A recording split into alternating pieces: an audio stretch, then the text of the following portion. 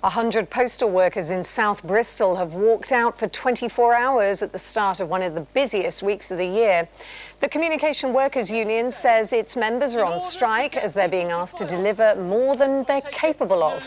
Royal Mail brought in managers from around the country and say no one has missed a delivery. Christmas mail go slow. A 24-hour walkout by postal staff in a row over working conditions. Tensions are growing between postal workers and the Royal Mail following strike action in South Bristol today. Around 100 postmen and women walked out in a dispute over working conditions. Another strike has just been called for next Monday, although managers say they will do everything possible to ensure thousands of Christmas deliveries are not delayed. Richard Payne reports. The only thing these posties were delivering today was a blunt message to management. There aren't enough of us to do the work you want. They're not listening to the staff, and when staff tell them they can't do the walks, they're put under pressure and made to feel that they should be. The management's response has been, if you don't like it, you know where the door is.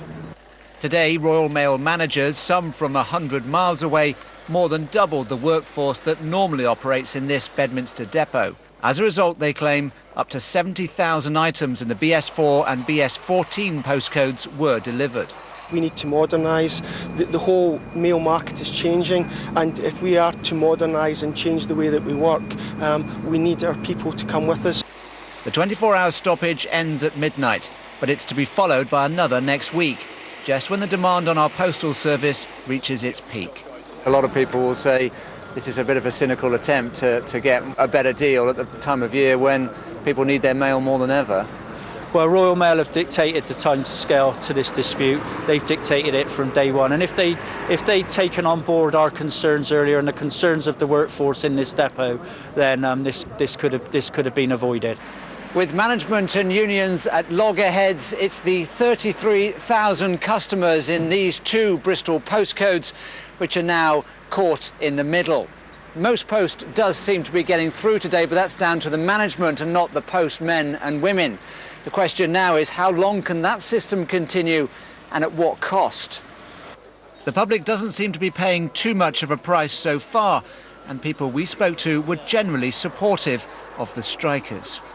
You can't blame them really if they're uncomfortable in their workplace. Well, obviously it's concerning, but I do have sympathy for the postal workers. I think they're being expected to do lots of extra work.